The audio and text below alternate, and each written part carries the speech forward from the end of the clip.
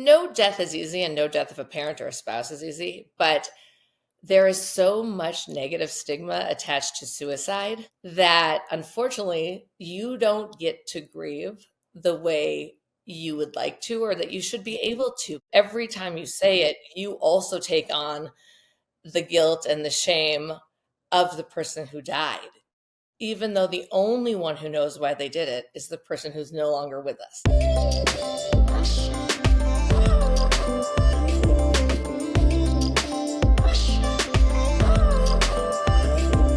Welcome to recoverHER, the podcast where your healing journey begins. I'm Heather Novak, and I'm here with my co-host, Dr. Tracy Oppenheim, a compassionate psychiatrist. Today, we embark on a path of recovery and self-discovery.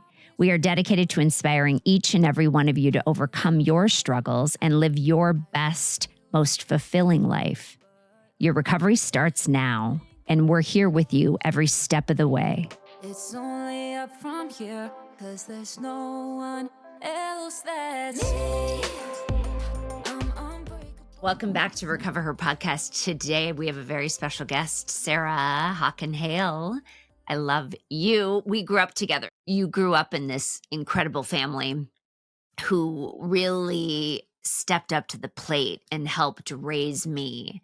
If there's one thing that I would not want changed about my childhood, it would be those days of Gethsemane Cathedral in our church and the environment that we had and our confirmation group. And it allowed you and I, even though we weren't in the same grades, to become so close. And I thought of you just like a sister, and your parents were so incredible to me and to my younger brother, but to me specifically. And you really had such an incredible positive impact on my life, even as an adult. So I'm really grateful that you're sitting here today with us talking, Sarah. So welcome. Thank you. And the feeling is mutual. I mean, you were a huge part of my growing up and becoming who I am, and you were always this person for me to look up to. And I just really cherished the relationship we had. And I think it was fun we were in different grades because I actually think that helped to make our relationship even stronger.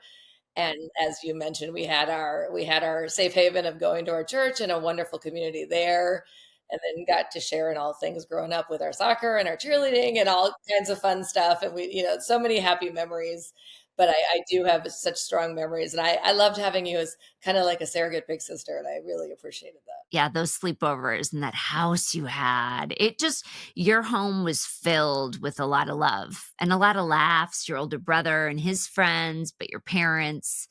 And I'm so sorry about the recent passing and death of your mother, but I kind of want to start out you telling our audience, what was Chatty Cathy's funeral like?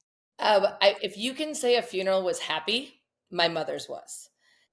My mom was a stay-at-home mom till about the time I was in fourth or fifth grade, and then really created a life for herself as an adult woman. And she ran for school board and eventually became a legislator for the state of North Dakota, which she did for 24 years and served and really became an advocate for women and children and what she felt was the better for the state and for her constituents. And she cared and she listened.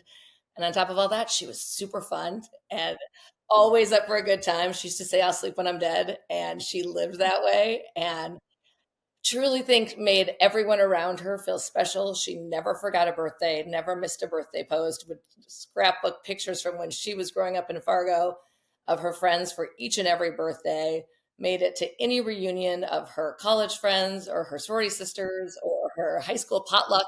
They all still had a text chain every day. So my mom thrived on keeping relationships and fostering them. And she firmly believed in putting the effort in. And that was shown at her funeral. We had 3 funerals for a woman who didn't want to have one. And so we had to have them. And we had a family one. We had one in Florida where she lives now, or they live now, and one in Fargo. And it was standing room only. You know what our church looks like. I mean, they filled the entire back and there were people listening and online. And it was an outpouring of love. I only wish she had been there to see it. She was the female force, I think, that I can give credit to that got me really involved and pretty passionate about convictions inside the political arena. I can't remember if we did it together, but I remember going door to door campaigning for Mark Andrews back in the day in Fargo or in North Dakota when he was running for Senate. But um, Kathy, she just had such a huge positive influence on so many people that I know. I got a lot of texts and messages after she passed of people from our high school and parts of my life who I didn't even know knew my mom, talking about what a mentor she had been and what a guiding light she had been and how she had influenced them to try this and to do this. And I don't even think she understood the impact she'd had on a lot. I mean, men too, but a lot of young women showing, hey, you can do this and you've got the chance to get out there.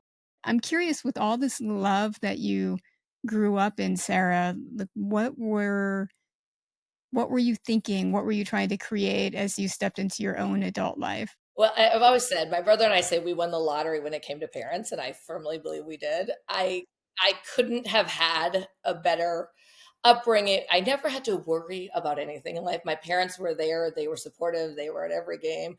I was never the best at anything, but they'd always be like, "You were the best, and you were the prettiest one there." And the thing is, they believed that, so then I believed I was great. They gave me the safety to have self confidence in life and really gave me, made me believe I could do whatever I wanted to do. They'd be like, "You should try that. Give it a go. You might do great." And if I didn't, they were there to pick me up if I fell. And that safety net that I had is something, of course, that I cherish and always wanted in my own life. I was like, this is the kind of life I want to have forever. It's amazing. My parents were true partners. They did everything together. In a time where that wasn't always the case, my dad did the laundry. He did the cleaning. He helped out. If my mom cooked dinner, he's like, she did the work. I got to do the dishes. They were about as, I mean, of course they argued and stuff. Everyone does, but they were really happy together. And I wanted that for myself. How did that unfold as you were looking at choosing a partner? I really was looking for someone where I could have that same partnership. I wanted a partner more so than the great love stories some people look for. I was really looking for an equal and someone who I could share and create that same type of life with. Mhm. So because Harry and Kathy modeled that type of perfect utopia, that you said it wasn't perfect, but it was near perfect, right? Do you think that that sort of created some blind spots for you with the partner you ended up choosing? For sure. And I think when I got to an age of college level, my parents have also they met in college. So they are my dad still to this day is like he's telling my daughters who are my twins who are in college, he'll tell them, "You're never gonna have a better pool of men than you have right now in college who are like-minded to you and who are educated and doing the same things." And I think my parents kind of, for better or for worse, told me, "Hey, this is your time." So I think by the time I was a senior in college, I was like, "Whoa, I better get on this." You better find that husband. We were just kind of talking about that, how we're so programmed Yes, to do that it's from the time. You beginning. should find someone. So I met my husband Andy, and we were both doing a semester not abroad in Washington D.C. in the political spectrum, and I met this guy who seemed perfect both in paper and when I first met him. His dad grew up in Missouri, not far from my dad. His dad had gone to the University of Missouri, same as my parents. His grandmother had gone to Stevens, a small liberal arts women's college in Missouri. So had my mother. There were so many. His stepmom was the mayor of their town. Like there were so many things that lined up. And I was like, on day like 11, I told my mom, I think I'm going to marry this guy. So I think I willed it into being. I was like, this is it. And so reflecting back, do you think that that was more of a checklist approach, or was there something about him in particular that drew you in? I think both. I think part of it was a checklist. And I think when I told my mom this is the guy I'm gonna marry, I said, if it's not him, it's gonna be someone just like him. Because he was thoughtful. He would come home from a day at the we both had internships, and he'd come home with the hot pretzel from the vendor on the street. I was like, oh, that's so something my dad would do. He would have thought, you love these, let me grab one for you. So our beginning was very happy, and I really thought like this is it. And we dated long distance for a year, and then he graduated a year after me, and then he was going to go to law school. So I pulled a Legally Blonde and was like, well, I guess I'll go too. And, I will always be grateful for that. I was like, well, if you're going to go, I'll go. And we chose when we went to law school, they said you can either have every class together or none. And we chose the every because we loved doing everything together. We had the same friends. He was truly my best friend. And we had a lot of fun. He was fun. So when did things change? When did you start to notice things kind of not even going off the rails because it's probably really slow? You're like a frog in boiling water. When did things start to shift? I think it really started to shift when I got pregnant. I think we got along great throughout law school. We lived as married. We got married in law school after our first year and went throughout law school as a married couple. And then chose to not have kids right away. We traveled, we did a lot of fun things, really enjoyed being young and going out after work and the freedom that comes with that. And when I got pregnant, I think a lot changed. He all of a sudden was going to have to figure out more money to make. He went from being a prosecutor to a defense attorney. He could still go out, but I was on bed rest from the time I was 23 weeks pregnant. I was no longer going out with him. I was laying on a couch because I was not able to move, and my priority changed. My priority became I'm a mom and I've got to be a little more responsible and I can't go out every night after work. And then we now have two kids we've got to provide for that were preemies and sick. Reflecting back on that early time, and it's hard because of the age when you two got married, do you think the amount that you all were going out or the amount that he was drinking just fit kind of that time in your life Kind of compared to, normalized. or do you think it was excessive? I think it probably was excessive, but it was what we were all doing. And then even when we had the babies and they were young, I'd be, playing on the floor with him and he would too, but he'd pour a drink. And I wasn't drinking because I was taking care of two kids and I'd have a drink later on the night, but I was no longer having a drink right after work. I was no longer. So I don't think I ever thought much of it at first because we were both going out all the time. And yes, were we drinking too much? Sure. My mom would be like, I guess I'll just call the bar because that's where I'll find you two after work. That was our everyday. And so, yes, when you look back, you're probably like, oh, that was probably a lot. But when you're in it, you don't think much of it. And then when it shifts, and I hear this a lot with people in recovery meetings. So then when it shifted and you kind of just grew up, right? So then you became, instead of alcohol use disorder, you became a normal drinker. And I can take it or leave it, right? And Andy, he wasn't on that same page. He eventually became what one would call a full blown alcoholic. But I would think that originally I didn't notice that. My parents have always had a drink or two at 5 o'clock. It's been like, all right, it's 5 o'clock, it's happy hour. And they'd have a drink every night, but they'd have one or two. And that was the end of the night. That was it. It was very casual and social and normal. And it again, looking back, I can now see, I was like, oh, he was going through a lot of alcohol, much more than I would have ever expected. And because I wasn't having him with him, I wasn't counting or paying attention or thinking about I think that's such a great point that you both bring up in that when alcohol is so normalized, which it Mhm. is, and particularly at different stages in life, you can kind of hide. You can hide your addiction because it takes people a long time to realize that there's something different about your use compared to the rest of the crowd. So it makes sense to me too, because you're raising twin girls, they're babies, you're taking care, you're going through law school, so you have that degree, but then you're watching or noticing some changes in your husband, but you're not babysitting him. You're not marking bottles or taking, notice of his intake. And I will fast forward because there were, several years of real good after we had the kids, in my opinion. At the time, I thought they were real good years. When he was home, he was super present and playing with the girls and was a really good dad and a good partner to me. But as time went on, I was always like, I wanted to be fun. So I was like, you should go out. Just because I have to stay home doesn't mean you can't.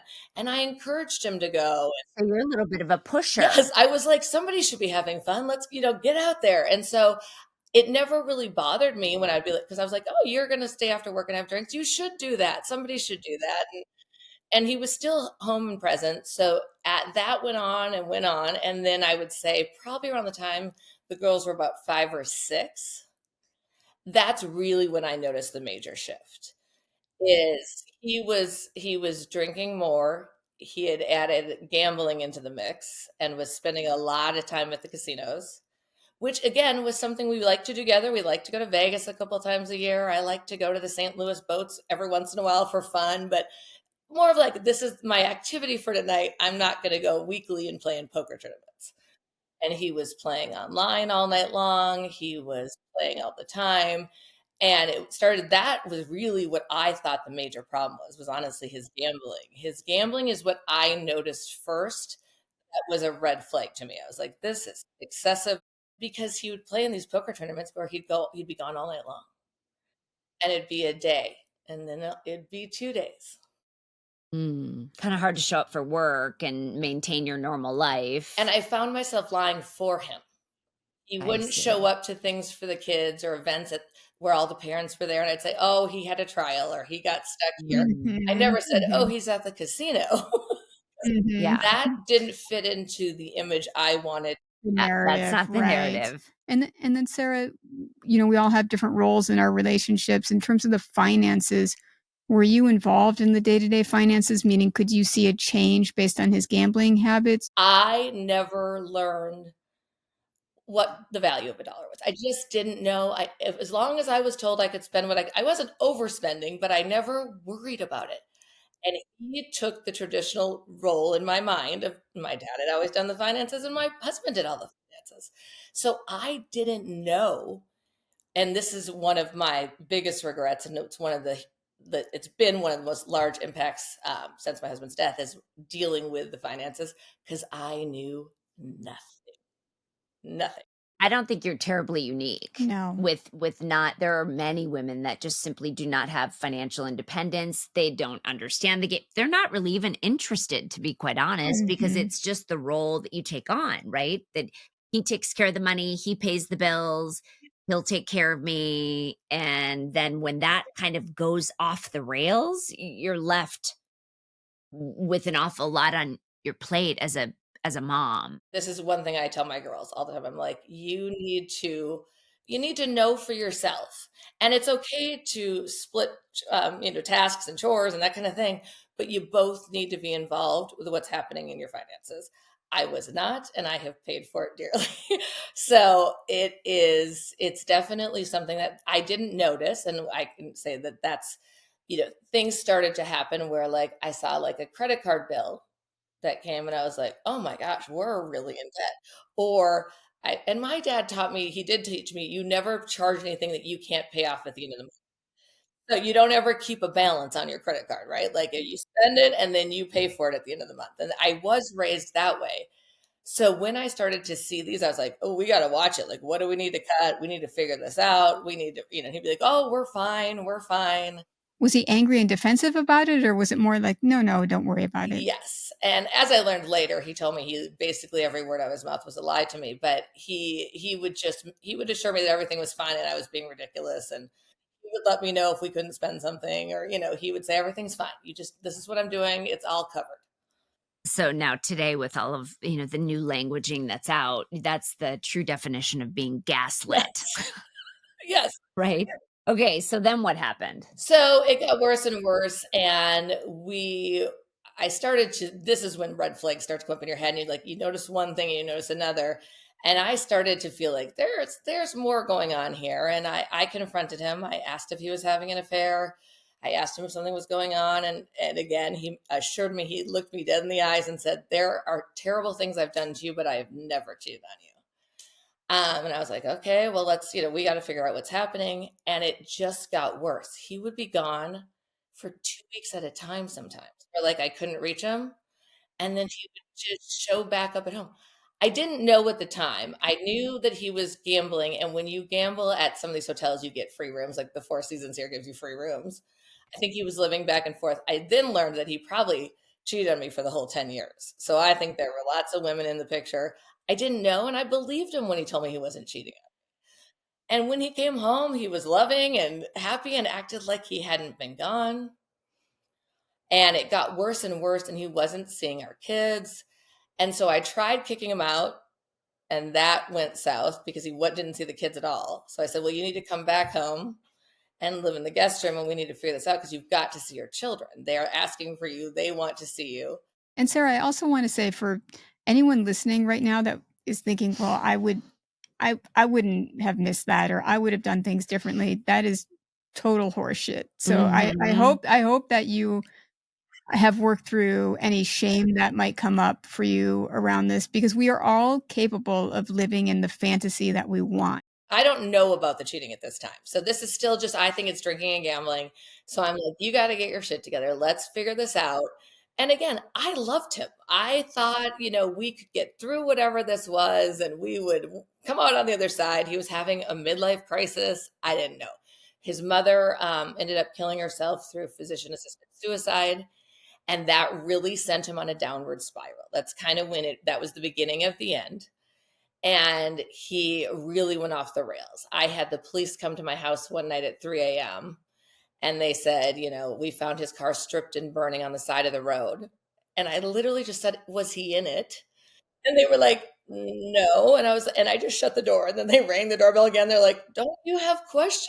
I'm like, at this point in time, I don't know what else to do. And when he did come home that morning, I said, I thought you were dead. And he said, you should probably just assume that I am. And then if I show back up, it's lucky. Did you think that it was drugs, Yes. something besides drinking, I drugs, thought gambling, all of it? all of it. I was like, what's happening? He came home with bruises one time. I thought, what is Yeah. happening? What's he Mhm. involved in? And I wanted it to be better. And so again, I kept it very hidden because I didn't want Mm. anyone else to know because I thought we could fix Yes. this.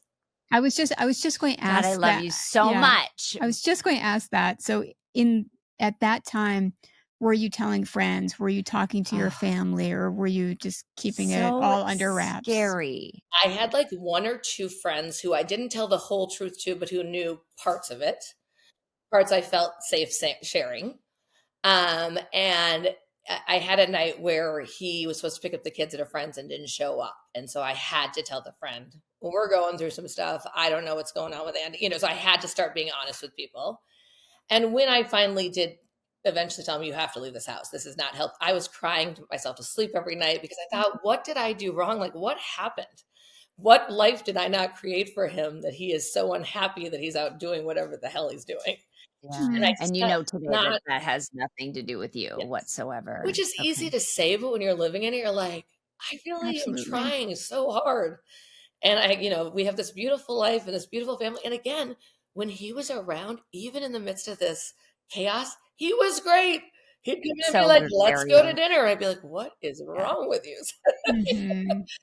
So Mm. eventually it got bad, and I decided that I needed to divorce him. And I filed paperwork and I used initials so that no one in the court system would know because he was an attorney too. I did everything I could to protect him for his career.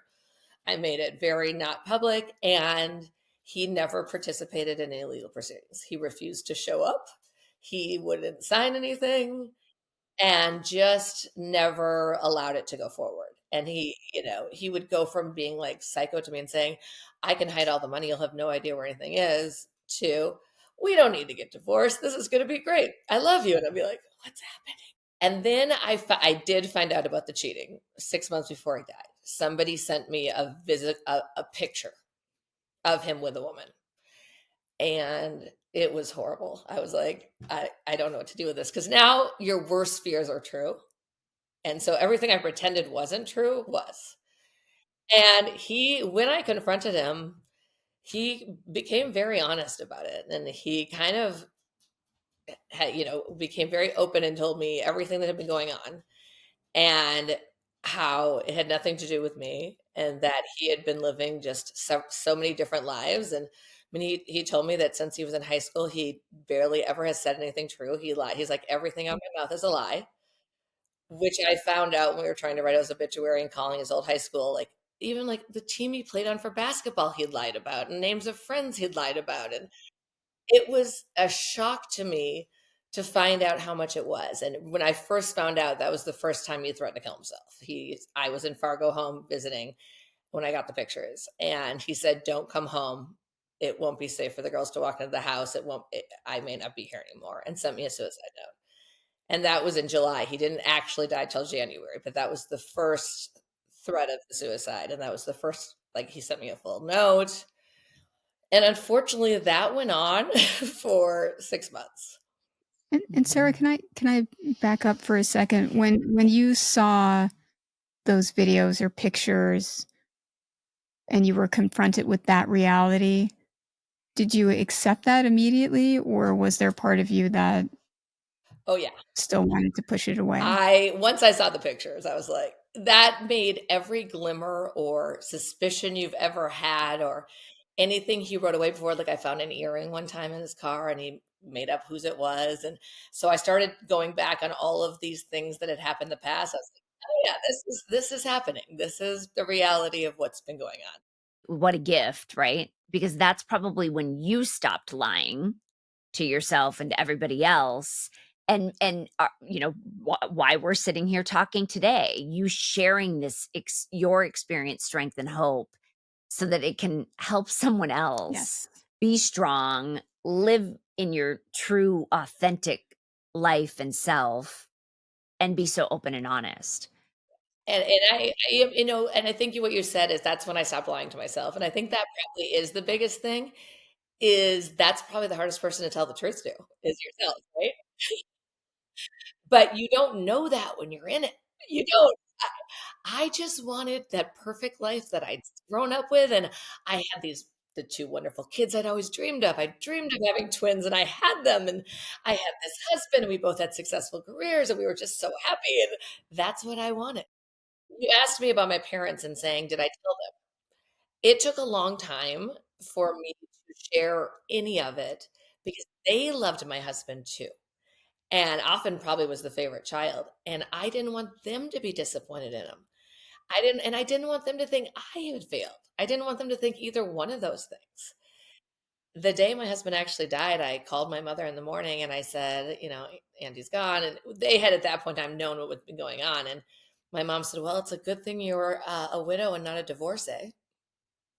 And I think she meant it. Like, she was like, "Well, that's easier for us to tell people that your husband died, not that you got divorced." So much pressure to That's a keep up lot. upholding something. And I recently had a phone conversation with a friend of mine who was sharing some things going on inside of her marriage, and she was so fearful about um, how it would impact the way I thought about her husband. And so she said, "This has been going on for years, but I've never said anything." So Mhm. I think for people listening to your story, and I'm so grateful that you're here with Yeah. us, when Right. something isn't okay within your four walls, when something isn't okay inside your relationship, you're not Mm. doing anything wrong by reaching out to the people around you who love you, who want to know. And sometimes, just like you said, when you're in it, you don't even know you're in it. But the people that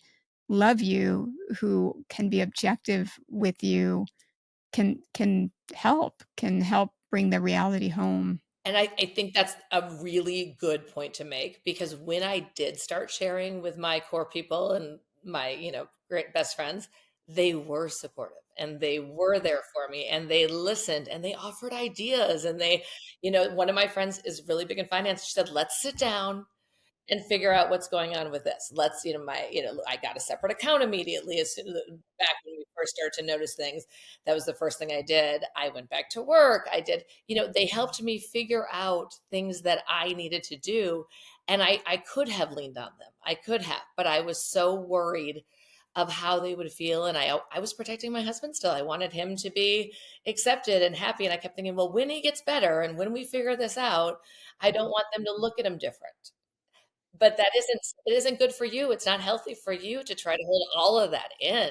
No, I'm so glad you dropped that Mm. narrative. I'm Mhm. so grateful for that and allowed your friends or anybody, your parents, somebody to step in and guide you with those simple steps, putting one foot in front of the other Mhm. and allowed you to be stronger, to stand up on your up on your 2 feet.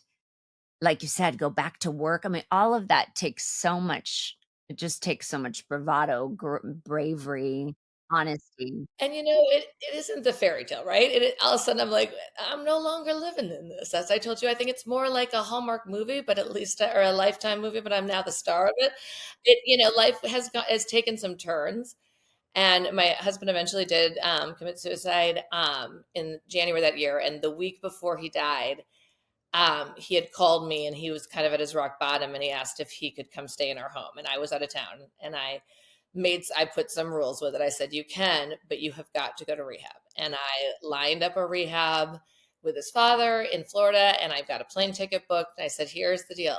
You need help and we've got to figure this out. And your children love you and they need you. And let's do this. And he said, I will absolutely go. It's time. And so he you know, gave me all the things I wanted to hear and told me that that's what was going to happen. And he did not get on the plane. And then 2 days later, he was dead. So I just, you'll never understand why someone kills themselves. But I think he just thought he couldn't come back from where we were. And after he died, more and more came out. And I do have at least some compassion, understanding that he was just really at a point where he didn't see an end. He didn't see a future. And no one will know whether it's, a mental illness or whether it's drinking or what causes which one or which starts or chicken or the egg. But he was obviously in a lot of pain, both mentally and with his addiction, and was feeding both, trying to figure out how to get to a place of happiness and wasn't able to do it. How did his suicide complicate the grieving process for you, navigating that with your girls? And no death is easy, and no death of a parent or a spouse is easy, but there is so much negative stigma attached to suicide that unfortunately you don't get to grieve the way you would like to or that you should be able to, because you carry the shame of what that person has done even though it's not on you. Every time you mention it, people look at you like, oh. And I mean, even my children, they'd go to school, he'll be like, oh, your dad shot himself, and they'd put a gun to that. They were 10 years old. So trying to get them to explain and help them process it at the same time as make others feel okay about it. It's a very tough, there's no straight line in a suicide. You don't get to, oh, my mother died of cancer. Oh, how horrible. I'm so sorry about the suffering you went through and that she must have gone through. When you say that someone's committed suicide, they're like, oh, what happened there? Like what, and so you carry with every time you say it, you also take on the guilt and the shame of the person who died, even though the only one who knows why they did it is the person who's no longer with us. So you can't answer anyone's questions. You can't make them feel bad about it. And while you're trying to do that, you don't get to make yourself feel good about it. You can't properly grieve the person because you're carrying along anger. You're now mad at them that they're dead. You're mad at how they did it. You're upset with the whole thing. You're left behind. You're upset with what they did before they died. And you don't get to do any of that grieving because then you also still love the person. And you're trying to, I didn't get to grieve the end of my marriage. I didn't get to get in the grief of the person I did love, because under all of that, I loved this man. And he was a great dad when he was around. So it's hard to like reconcile the 8 million emotions that go along with the death. If for somebody grieving the loss of someone of suicide, do you recall words that Mhm. were comforting to you that you did hear? I do. I think an important thing to say is, I think it's okay to say, I'm so sorry that happened, or that must have been terrible for you to go through, or you must have a lot of, emotions along with that, or, be there for the person. And I think it's okay to talk about it. My family chose, and everybody's different. We chose to be very open about it. I told my kids right away. It was in the newspaper. Everyone knew this is how he died. We put it in his obituary. I think it's important to be open about it because if one person can read that and see the family he left behind and the love we still had for him, regardless of anything he'd done, they might say, hey, wait, maybe this isn't the way I want to go. It's a very permanent ending to what may be a solvable problem. So that's why we chose to be open about it.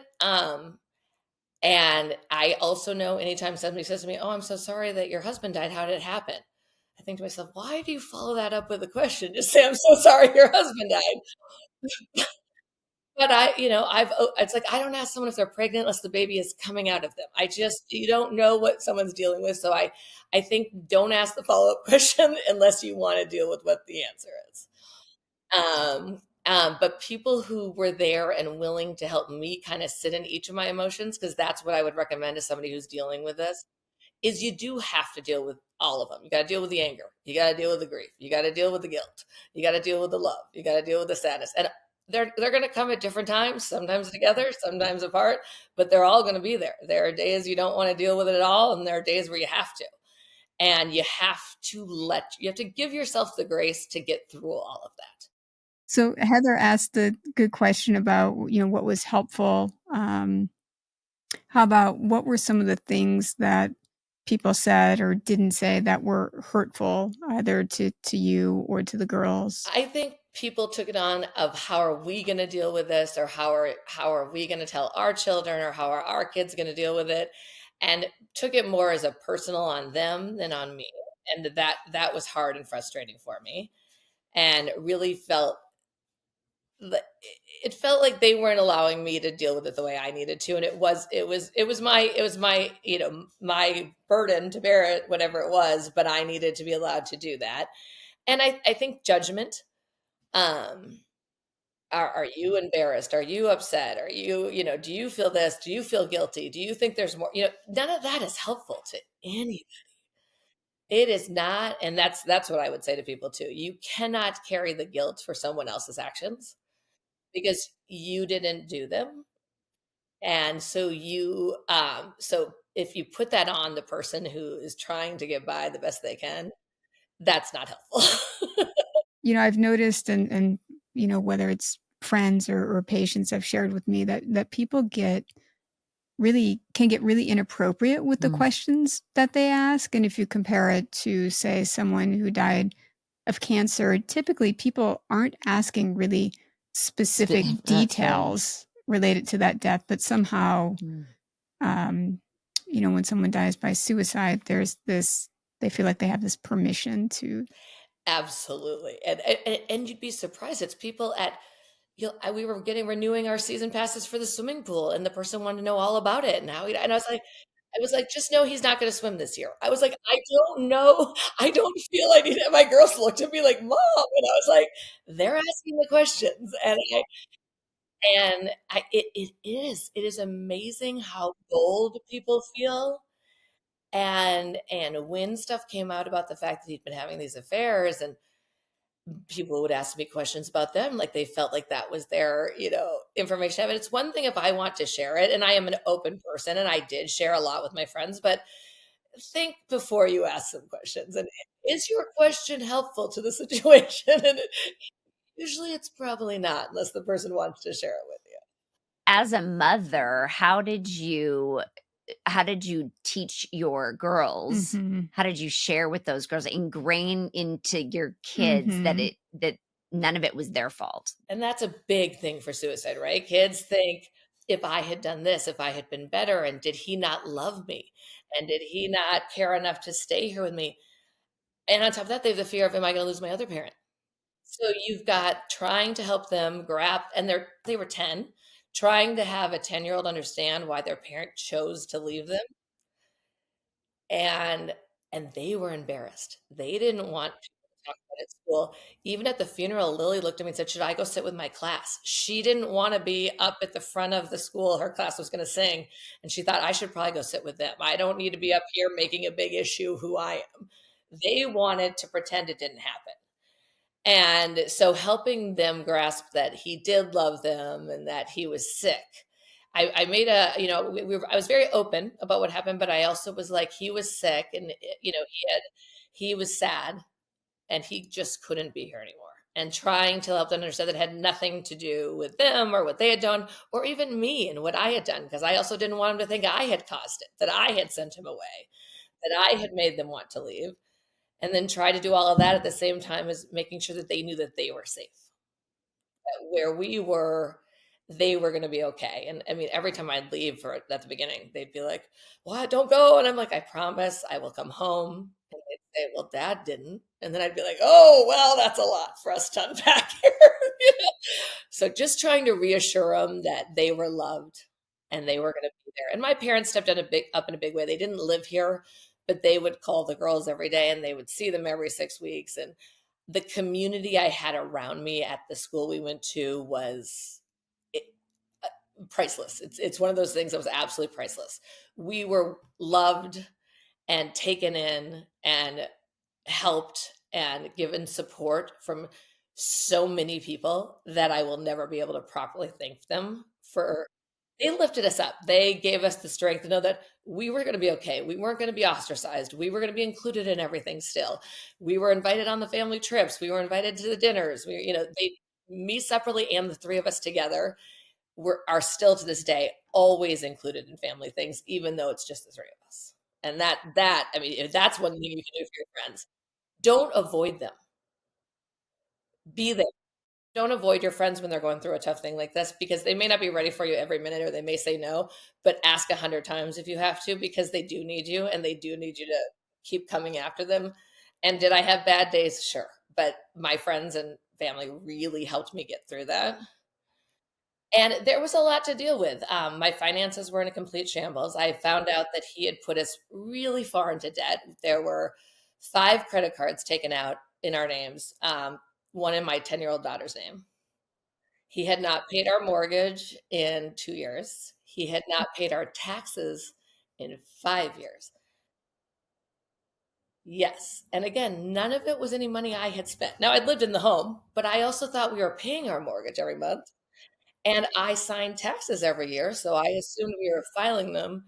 And I remember my dad and I walking out of the tax attorney's office because we sat down and kind of thought, how can we fix this? Like, what going, I started filing as a single person and I paid back my individual back taxes. And we walked out and my dad said, "Are you embarrassed?" And I said, "No, because I didn't do this." And that's the key. I didn't do it. Now, I trusted my husband and I didn't know enough about my finances. So those are 2 good lessons. Not to not trust your husband, but be aware, be open-minded, know what's going on in your finances, because I was not protected. And I was like, I can get out of this. Now, it took me 7 years. I could not get a credit card. I could not co-sign on a car. Thankfully, my dad was able to purchase one for me, and I'm lucky and fortunate in that situation. But I couldn't even be the co-signer on it. That's how bad he'd made my credit. But I will tell you, the morning I applied for a credit card 5 years in on an airplane, when they say, "Oh, apply." And on Christmas morning, I got the email saying I'd been approved. And I ran out to my dad. It was like the best Santa gift that ever came. And I was like, "I got a credit card." And it was like for the worst airline ever. But I didn't care. I was like, "I have a credit card in my name and I earned it." And my credit's back to almost perfect now. But I'm 10 years out. It took 7 strong years and almost 10 to get to where I am now. So that, yeah, I'm proud of myself. We had the 10-year anniversary this January. And I said to the girls, I go, "I'm really proud of the three of us because it hasn't been easy, but we did it. We are, we're on the other side. Is life perfect? No. But I pay my mortgage. I pay my taxes. I pay off my credit card every month. I have learned how to handle my finances. I have 2 kids in college who are thriving and doing a great job. They're smart, kind, wonderful girls. And I'm like, I did that.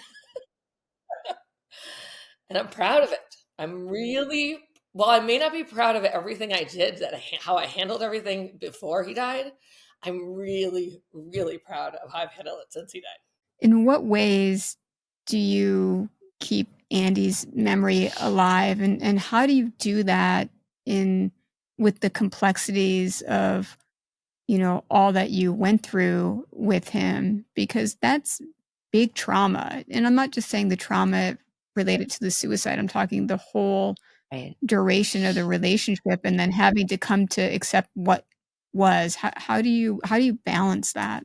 I have always felt it was important for the girls to know the happy part of Andy. And I gave the eulogy at his funeral. And what I said is, please join me in choosing to remember the happy parts of Andy, the good parts of Andy, the guy we all loved, the guy who was fun and loved his kids and loved me. And I bet 90% of the time am capable of doing that. And I talked about it.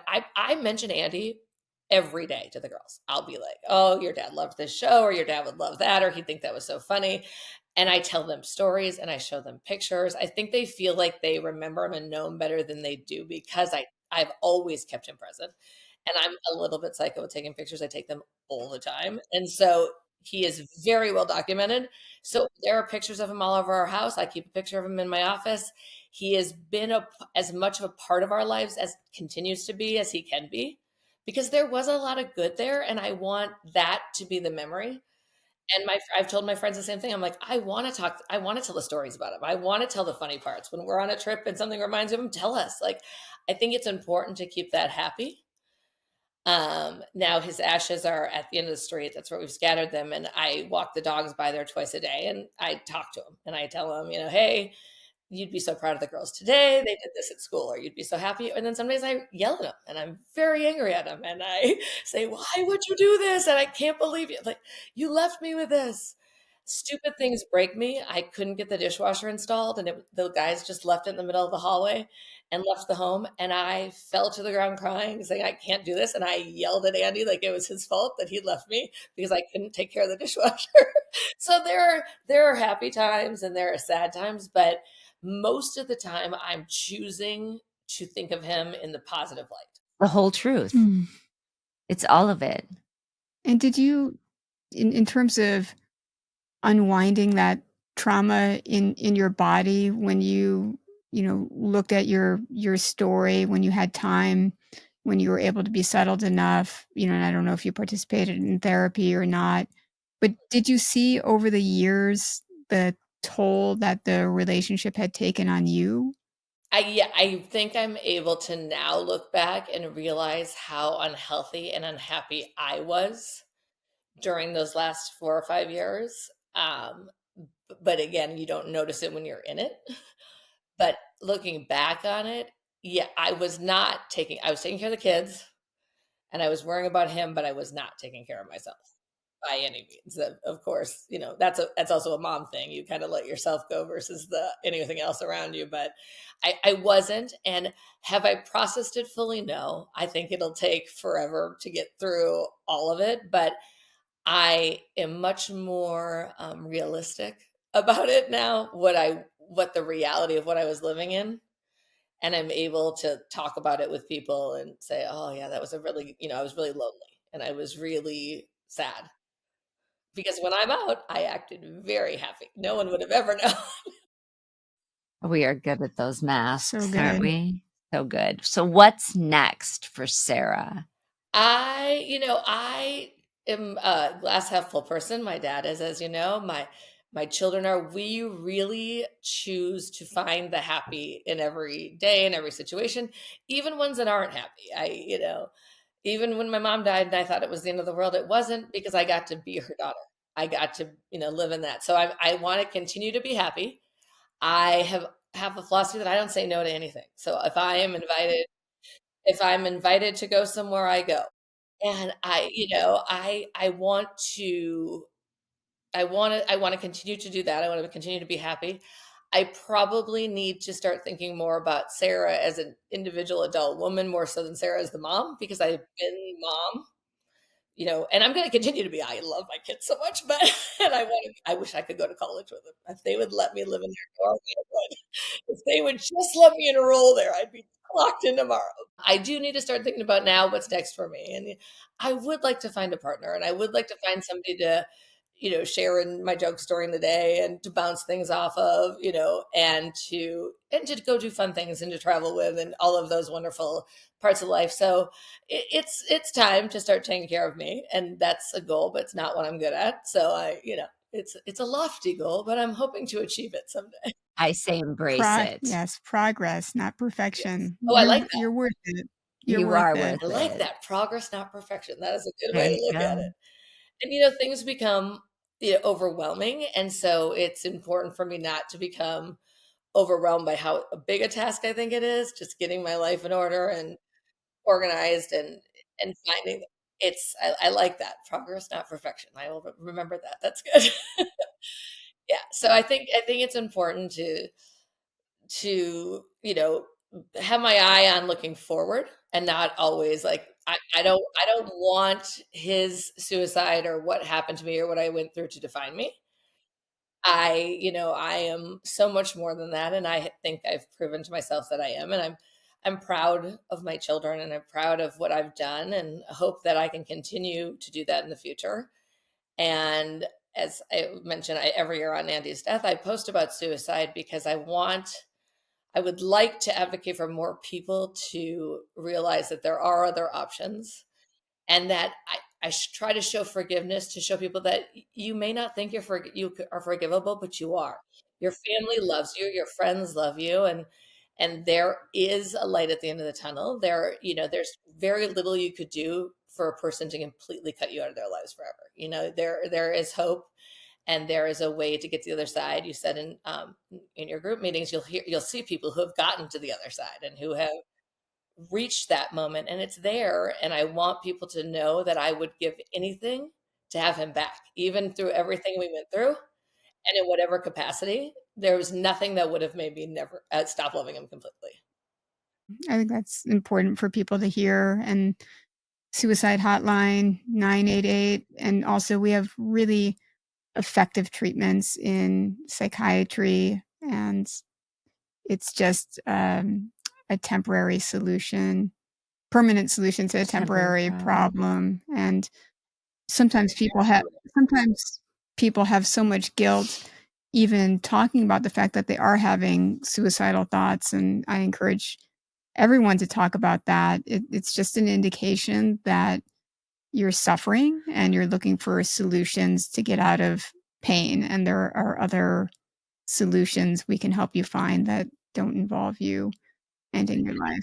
People need better access to therapy and to healthcare and to medications, and I think that's part of the problem. I have talked to people who said I've called the hotline and I didn't get through to somebody, or I've tried that, or I tried to get an appointment with a therapist and I couldn't get in for 3 or 6 months.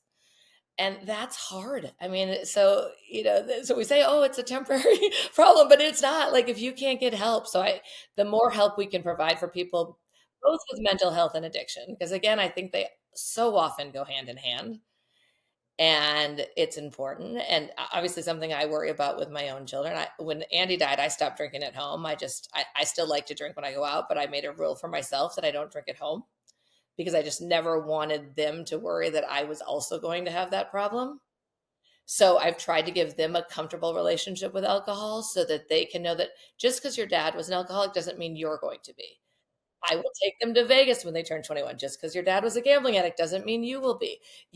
Everything's in moderation. You can learn how to do things, but they need to know that we got to watch it.